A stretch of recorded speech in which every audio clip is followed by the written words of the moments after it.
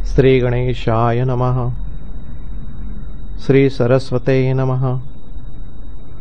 श्री गुरुभ्यो नमः। श्री कुलदेवताय नमः। श्री सीतारामचंद्राभ्यां नमः। श्री सद्गुरु साई नाथाय नमः। आता बाबा शिर्डीत गुप्त होऊन चांद पाटलाबरोबर पुन्हा कसे आले त्याची कथा पूर्वीच्या कथेच्या अनुसंधानाने ऐकावी।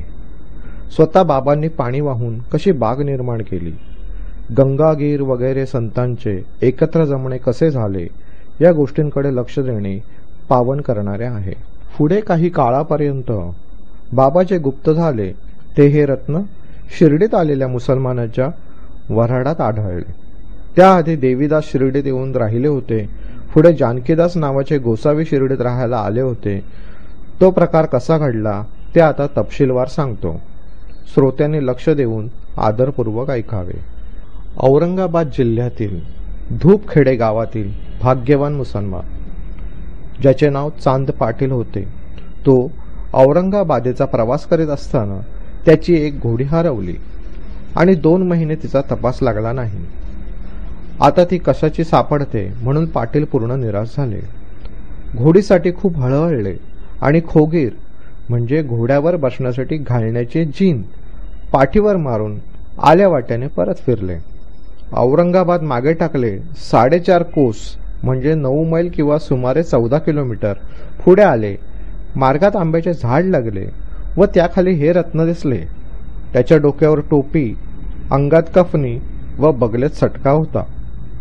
त्याने तंबाखू चुरून चिलीम तयार केली। तोच त्या ठिकाणी आश्चर्याची गोष्ट घडली। चांद पाटील रस्त्याने जात असताना त्याने त्या फकीराला हाका मारताना ऐकले। फकीर म्हणाला, ये रे, जरा सावलीत बैस आणि चिलीम पिऊन मग पुढे जा। फकीराने आणखीन विचारले की हे खोगीर कशासाठी? तर पाटल्याने सांगितले की घोडे हरवले। तेव्हा फकीर म्हणाला, जा त्या नाल्यात शोध। त्याप्रमाणे शोधताच घोडे लगेच सापडले। चांद पाटील आश्चर्यचकित झाला आणि मनात म्हणू लागला, अवलिया भेटला, याच्या करणीला पार नाही, याला माणूस कसे म्हणावे। पुढे तो पाटील घोडी घेऊन परतला आणि पूर्वीच्या जागी आला। फकीराने त्याला जवळ बसवले, आपल्या हाताने चिमटा उचलला, तेथेच मातीत खुपसला, आतून जळजळता निखारा काढला आणि हातातील चिलमीवर ठेवला। मग छापी म्हणजे चिलमीला गुंडाळलेले फडके भिजवण्यासाठी सटका उचलून घेतला। जवळपास पाणी नाही म्हणून जमिनीवर आपटला, तर लगेच पाणी निघायला लागले। छापी भिजवून पिळली आणि चिलमीच्या भोवती गुंडाळली। स्वतः चिलीम प्याला आणि पाटलालाही पाजली। हा चमत्कार पाहून पाटलाची मतीच गुंग झाली। त्याने फकीराला आपल्या घरी घेऊन पावन करण्यास आग्रह केला आणि स्वेच्छेने देह धारण करणाऱ्या त्या बाबांनीही त्या पाटलावर अनुग्रह केला। ते दुसऱ्या दिवशी गावात गेले, पाटलाच्या घरी उतरले, काही काळ तेथेच राहिले आणि मग ते परत शिर्डीला आले। चांद पाटील हा धूपखेड्याचा ग्रामाधिकारी होता। त्याच्या बायकोच्या भाच्यासाठी नवरी मिळून शिर्डीत विवाह संबंध जुळला। चांदभाईच्या कुटुंबाचा भाचा लग्नायोग्य झाला होता। त्याला शिर्डीच्या वधूचा शरीर संबंधाचा सुयोग घडला। वऱ्हाड बरोबर गाड्या घोडी घेऊन शिर्डीस यायला निघाले आणि बाबा देखील त्या चांदभाईच्या ओढीने त्या वऱ्हाडात सामील झाले। लग्न झाले, वऱ्हाड परतले, बाबा एकटेच मागे राहिले आणि राहिले ते राहून गेले आणि शिर्डीचे भाग्य उदयास आले। साईबाबा हे अविनाशी व पुरातन आहेत। ते हिंदूही नाहीत व मुसलमानही नाहीत। ते जात पाळ कुळ गोत्र या शिवायचे आहेत व आत्मज्ञान हेच त्यांचे स्वरूप आहे। लोक जे साई साई म्हणतात ते काय त्यांचे ठेवलेले नाव होते? या साई म्हणून बहुमानाने त्यांना हाक मारली गेली, तेच हे नाव होय। आरंभी वऱ्हाडाबरोबर खंडोबाच्या देवळापाशी म्हाळसापतीच्या अंगणात बाबा उतरल्या दिवशी हे नाव त्यांना पडले। सुरुवातीला हे भगताचे अंगण होते, पुढे ते अमीनभाईचे झाले। लग्नाचे जे वऱ्हाड आले ते तेथेच वडाच्या झाडाखाली उतरले। खंडोबाच्या पटांगणात सर्व गाड्या सुटल्या आणि बाबा देखील तेथे सर्वांबरोबर उतरले। हे बालफकीर गाडीतून खाली उतरलेले प्रथम भगताच्या दृष्टीस पडले। तेव्हा ते या साई म्हणून त्यांना सामोरे गेले आणि तेथून हे नाव पडले। पुढे मग तेव्हापासून लोक साई साई असे म्हणून हाक मारू लागले आणि तेच नाव रूढ झाले. नंतर बाबा तेथे चिलीम प्याले, मशिदीत राहायला गेले, देवीदासांच्या सहवासात रमले आणि शिर्डीत सुखावले. बाबांची बैठक कधी चावडीत तर कधी देवीदासाच्या संगतीत तर कधी मारुतीच्या देवळात असे आणि लहर येईल तेथे ते रमून जात. देवीदास हे शिर्डी गावात बाबांच्या आधीच आलेले होते. पुढे जानकीदास नावाचे महानुभवी विद्या व बुद्धी यांनी श्रेष्ठ गोसावी शिर्डीत आले. त्या जानकीदासांबरोबर साई महाराज बोलत बसत असत. उभयतांचे एकमेकावर मोठे प्रेम होते आणि त्यांची बैठक नित्य नेमाची असायची. त्यांचा हा असा समागम सगळ्यांनाच अत्यंत सुखदायक झाला होता. तसेच गंगागीर नावाचे पुणतांब्याचे एक ग्रहस्थाश्रमी थोर वैष्णव यांचे वरच्यावर शिर्डीत येणे होत असे. सुरुवातीला दोन्ही हातात मातीच्या घागरी घेऊन विहिरीवरून साईबाबांना पाणी वाहताना पाहून या गंगागिरींना मोठे आश्चर्य वाटले. परंतु पुढे साईबाबांशी अशी समोरासमोर भेट होतात ते अगदी स्पष्टपणे म्हणाले, धन्य शिर्डीचे भाग्य की असले श्रेष्ठ रत्न तिने मिळवले. आज हा खांद्यावर पाणी वाहतो, परंतु ही मूर्ती सामान्य नाही. या भूमीचे काही पुण्य होते म्हणूनच ही मूर्ती येथे येऊन पोहोचली. तसेच आनंदनाथ नावाचे विख्यात असलेले एका संतांचेही हे अद्भुत कर्तव्य करतील असे भाकीत होते. या महाप्रसिद्ध आनंदनाथांचे येवले गावी मठ होता. ते काही शिर्डीकरांबरोबर एकदा शिर्डीस आले. अक्कलकोट महापुरुष यांचे आनंदनाथ शिष्य होते. साईबाबांना समक्ष पाहून ते म्हणाले, अहो, हा प्रत्यक्ष हिरा आहे, हिरा. आज जरी हा उकिरड्यावर पडला आहे तरी हा हिरा आहे, गारगोटी नव्हे. आनंदनाथांचे हे उद्गार निघाले तेव्हा बाबांचे पोरवय होते. आनंदनाथ आणखीन म्हणाले, हे माझे बोल ध्यानात ठेवा, पुढे तुम्हाला आठवण येईल. असे पुढचे भविष्य सांगून मग आनंदनाथ येवल्यास परत गेले. हे साई तरुण वयात डोक्याचे केस सबंध राखीत असत.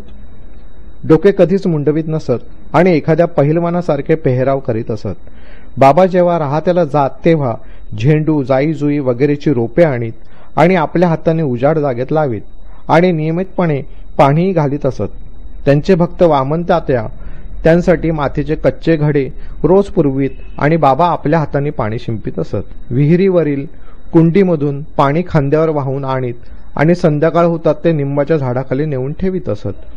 तेथे ठेवण्याचा अवकाश की ते घडे जागच्या जागी फुटून जात आणि वामन तात्या दुसऱ्या दिवशी प्रातःकाळी बाबांना नवे घडे आणून देत असत. खरे म्हणजे भाजलेला घडा टिकाऊ चांगला, परंतु बाबांना कच्चा कोरा कुंभाराच्या भट्टीत घालण्याच्या श्रमाशिवाय घडा लागे. घड्याचा विकण्याची क्रिया ते आधीच घडवून आणीत. 3 वर्ष हाच उद्योग करून बाबांनी उघड्या जागेत बगीचा उठविला आणि त्याच जागी आज हा सुयोग येऊन वाड्याचा उपभोग लोक घेत आहेत.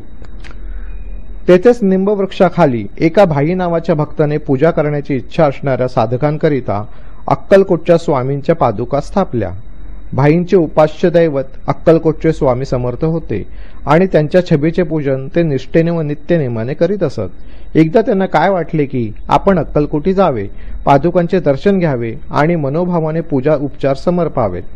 मुंबईहून निघायची सर्व तयारी केली. उद्या निघणार तो त्यांचा बेत तसाच राहून गेला आणि त्यांनी शिर्डीची वाट धरली.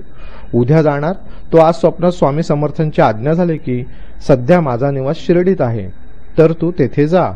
अशी ती आज्ञा शिरीवंदून मुंबईहून भाई निघाले आणि शिर्डीत 6 महिने राहून आनंद संपन्न झाले. भाई अत्यंत निष्ठावंत होते. त्या दृष्टांताची आठवण राहावी म्हणून तेथे निंबवृक्षाखाली त्यांनी स्वामींच्या पादुका स्थापल्या. शके 1834 म्हणजे सन 1912 साली श्रावणातील शुद्ध पक्षाच्या पुण्यकाळी म्हणजे पर्वकाळी भजन पूजनासह प्रेमपूर्वक निंबातळी त्या पादुका स्थापिल्या. चांगला मुहूर्त पाहून दादा केळकरांच्या हस्ते पादुकांची स्थापना करविली. मग उपासनेनी स्वतः सर्व शास्त्रोक्त विधिविधान केले. पुढील व्यवस्था भाईंनी याप्रमाणे सोपविली. दीक्षित नावाच्या ब्राह्मणाने पूजा करायची आणि सगुण नावाच्या भक्ताने इतर व्यवस्था पाहायची, असे हे पादुकांचे आख्यान आहे. प्रत्यक्ष ईश्वराचे अवतार असलेले हे संत स्वतः निर्विकार असून असेच जगताचा उद्धार व कल्याण करण्यासाठी पृथ्वीवर जन्म घेतात. पुढे काही दिवस गेल्यावर एक आश्चर्यकारक गोष्ट घडली. ती श्रोत्यांनी ऐकली म्हणजे त्यांच्या मनाला नवल वाटेल. मोहिद्दीन नावाचा एक तांबोळी खाण्याची पाने विकणारा बरोबर साईबाबांचा काही बेबनाव होऊन त्यांची कुस्ती जुंपली आणि एकमेकांची लढाई लागली. दोघेही पटाईत पहिलवान, परंतु नशिबापुढे जोर चालत नाही. मोहिद्दीन बलाढ्य होऊन सामर्थ्य कमी झालेले बाबा जिंकले गेले. तेव्हापासून मग निश्चय करून बाबांनी आपला सर्व पोशाखच बदलला. अंगावर कफनी ओढली, लंगोट लावला आणि डोक्याला फडका गुंडाळला. गोंडपाटाचे बसण्यासाठी आसन केले, त्यांचेच अंथरूण केले आणि फाटके तुटके नेसून त्यातच समाधान मानू लागले. ते सदा म्हणत, गरिबी म्हणजेच खरी बादशाही आहे. श्रीमंतीपेक्षा लाखपटीने ती श्रेष्ठ आहे. गरिबांचा अल्ला भाई असतो. गंगागिरांचीही अशीच स्थिती होती. त्यांना पहिलवानीची फार आवड होती. एकदा कुस्ती खेळत असताना त्यांना वैराग्य आले. योग्य वेळेची घटका आली आणि एका सिद्ध पुरुषाची वाणी बोलली, देवाबरोबर खेळ करून शरीर झिजविले पाहिजे.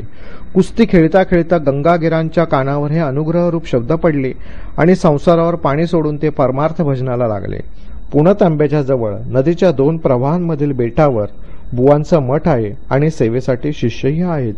असो, पुढे साईनाथ फक्त विचारलेल्यांचेच उत्तर देत आणि स्वतः आपण कोणाबरोबर कधीही बोलत नसत. दिवसा त्यांची बैठक कधी निंबाखाली असे तर कधी गावच्या सीमेवरच्या ओढ्याजवळील बाभळीच्या आडव्या फांदीच्या सावलीत ते बसत असत. कधी तेथून एक मैलावरील निमगावच्या परिसरात दुपारी तिपारी मनास येईल तसे ते हिंडत असत. निमगावची जहागीरदारी प्रसिद्ध त्रिंबक डेंगळेंच्या घराण्याकडे होती. त्यातील बाबासाहेब डेंगळ्यावर बाबांचे भारी प्रेम होते. निमगावच्या फेरीवर गेले की बाबा त्यांच्या घरी जात आणि दिवसभर अतिप्रेमाने त्यांच्याबरोबर बोलत असत. त्यांना नानासाहेब नावाचा एक लहान भाऊ होता. त्याला मूळबाळ नव्हते म्हणून तो मनाने दुःखी होता. पहिल्या बायकोस योग लवकर येईना म्हणून दुसरे लग्न केले, पण तरीही ऋणानं बंध चुकेना. खरोखरच नशिबाने नियम समजण्यास कठीण असतात. पुढे बाबासाहेबांनी नानासाहेबांना साईबाबांच्या दर्शनाला पाठवले आणि त्यांना आशीर्वाद लाभून पुत्रप्रसाद प्राप्त झाला. नंतर साईबाबांचा महिमा वाढत जाऊन त्यांच्या दर्शनाला जनसमुदाय लोटू लागला. ही बातमी अहमदनगरला जाऊन पोचली. तेथे सरकार दरबारी नानासाहेबांचे बरेच येणे जाणे होते. तेथे जिल्ह्याच्या कचेरीत चिदंबर केशव गाडगीळ नावाचे चिटणीस होते. त्यांना नानासाहेबांनी पत्र धाडले की साई समर्थांचे दर्शन घेण्यासारखे आहे. तुम्ही आपली मुलंबाळे व इष्टमित्र घेऊन दर्शनाला यावे. असे एकामागून एक अनेक जण शिर्डीस येऊ लागले आणि जसं जसं बाबांचा लौकिक वाढत गेला तसा तसा त्यांच्या दर्शनाचा परिवारही वाढत गेला. साईबाबांना जरी कोणाची सोबत लागत नव्हती तरी दिवसा ते भक्त मंडळींनी वेढलेले असत आणि सूर्यास्त झाल्यावर शिर्डी गावातील पडक्या मशिदीत ते निजत असत.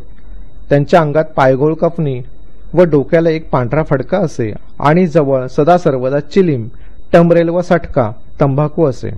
ते धुवून स्वच्छ केलेले पांढरे वस्त्र डाव्या कानामागे जटाजुटेप्रमाणे गुंडाळीत असत. असे हे त्यांचे कपड्यांनी शरीर झाकणे असे. 8-8 दिवस त्यांची आंघोळ नसे. पायात जोडा किंवा चप्पल नसे आणि तरटाचे आसन असे. पोत्याच्या एका तुकड्यावरच त्यांची नित्य बैठक असे. टेकायला तक्क्या कसा तो त्यांना ठाऊक नव्हता. त्यांना समाधान कशानेही मिळत असे. ते जुने तरटच त्यांची आवडती बैठक होती आणि त्या ठिकाणी ते निश्चयपूर्वक सदा सर्वदा दिवसभर बसलेले असत. अशा प्रकारे बसायला किंवा अंथरायला ते तरट व कमरेला नेसायला फक्त एक लंगोटी होती. दुसरे वस्त्र पांघरणे नव्हते. थंडीपासून रक्षण करण्यासाठी फक्त एक धुनीच तेवढी होती. गोण्याच्या आसनावर बसलेले बाबा दक्षिण दिशेकडे तोंड करून डावा हात कठड्यावर ठेवून समोर धुनीकडे पाहत मशिदीत बसलेले असत. जणू काय अहंकार व वासनांसहित नाना प्रकारच्या मनोव्यापारांची म्हणजे राग, द्वेष, सुख, दुःख, भय, भीती, आहुती तसेच सकल प्रपंच प्रवृत्तीचे हवन धुनीमध्ये नाना प्रकारच्या युक्त्यांनी ते करीत असत.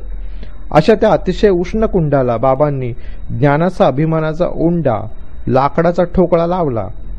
त्यांच्या तोंडी सदैव अल्ला मालिक असे आणि सदा त्यांचे गुणगान गात असत. मशीद तरी ती केवढी 2 खंड ती जागा.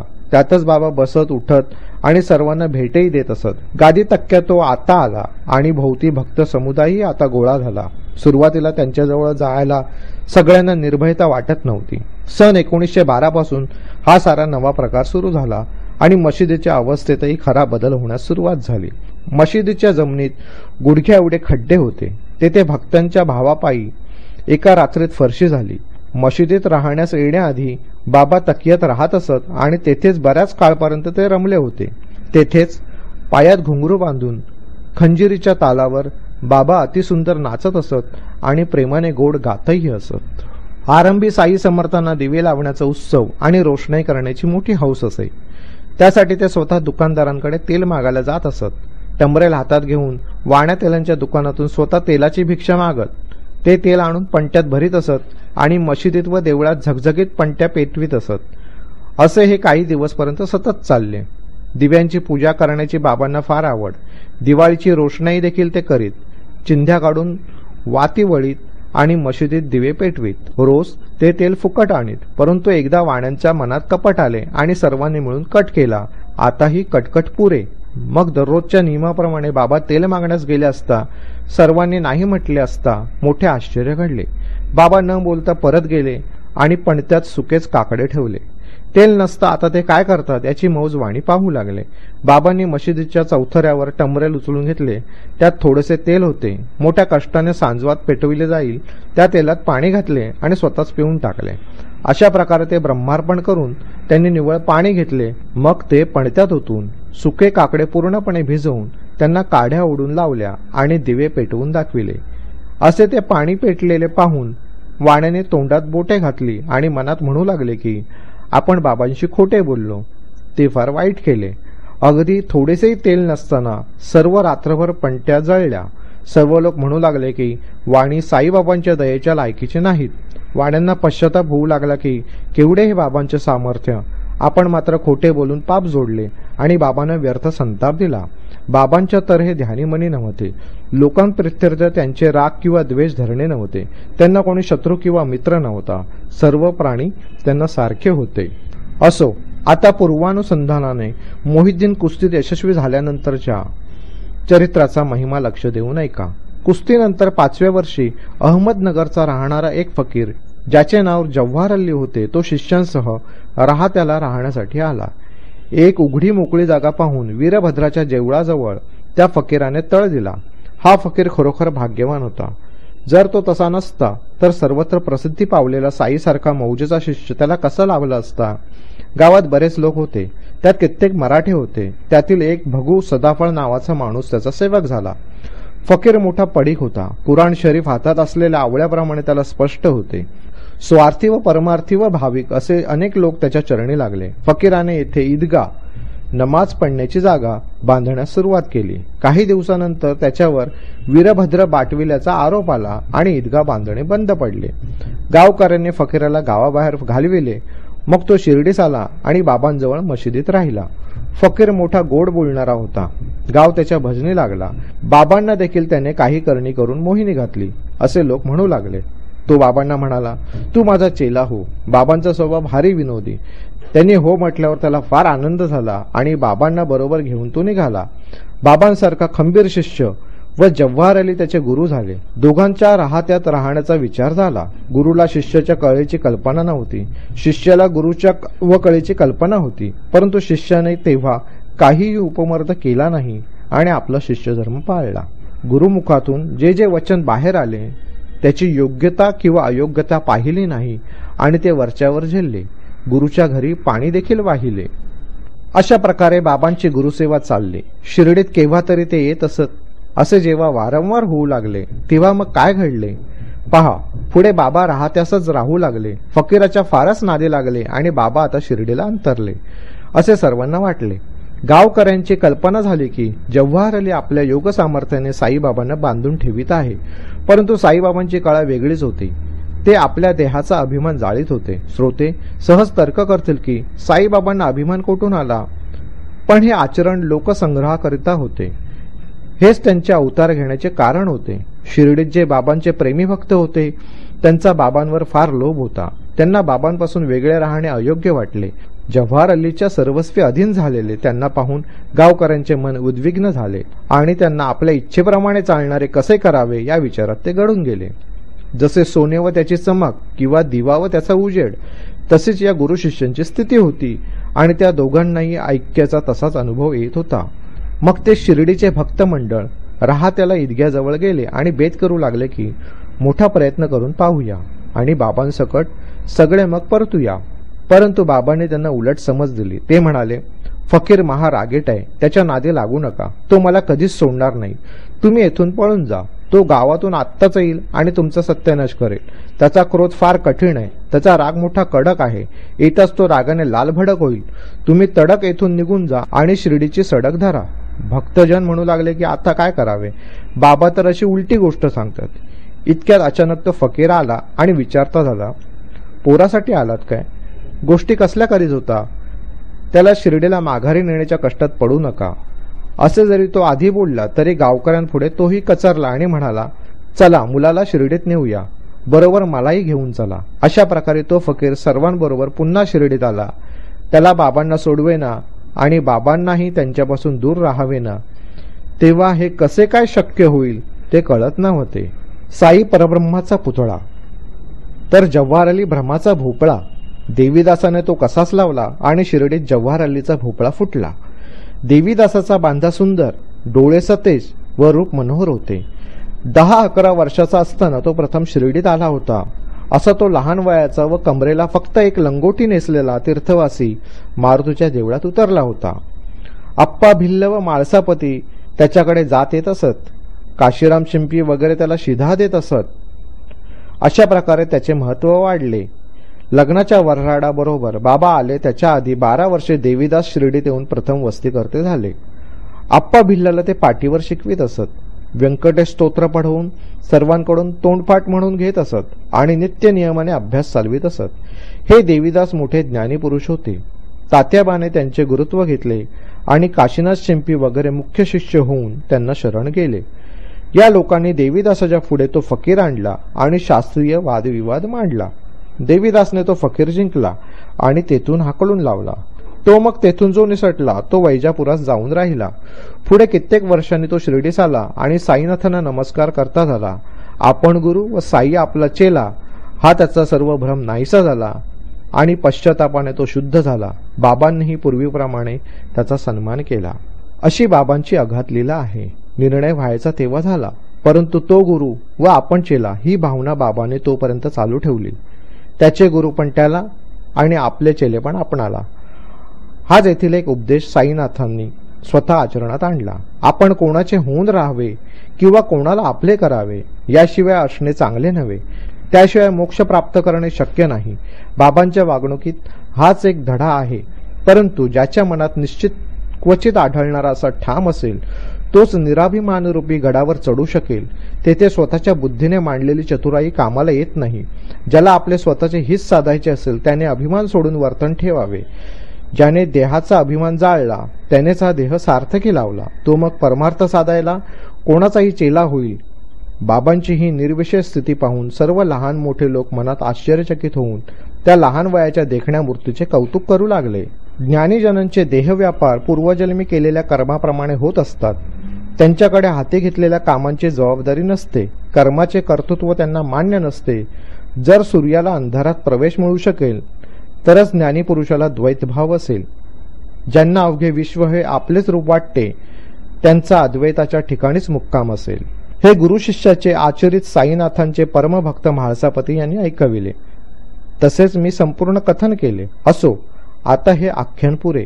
यापुढील चरित्र याहीपेक्षा गहन आहे. ते यथानुक्रमे सांगितले जाईल. ते ऐकायला सावध व्हा. मशीद पूर्वी कशी होती, किती प्रयत्नांनी त्यात फरशी बसविली गेली. साई हिंदू की मुसलमान हे नक्की कोणालाच कळत नव्हते.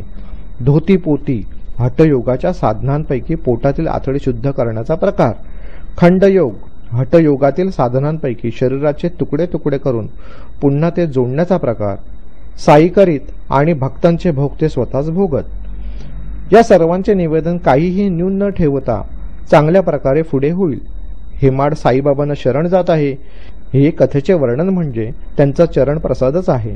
या पुण्यपावन कथेच्या श्रवणाने संकटे दूर होतील. सर्वांचे कल्याण असो. अशा प्रकारे संत व सज्जन यांनी प्रेरणा केलेल्या, भक्त हेमाडपंत यांनी रचलेल्या श्री साई समर्थ यांच्या सत्यचरित्राचा श्री साई पुन्हा प्रगटी भवनम नावाचा 5वा अध्याय समाप्त झाला. श्री सद्गुरू साईनाथांना अर्पण असो. सर्वत्र मंगल असो. हा अध्याय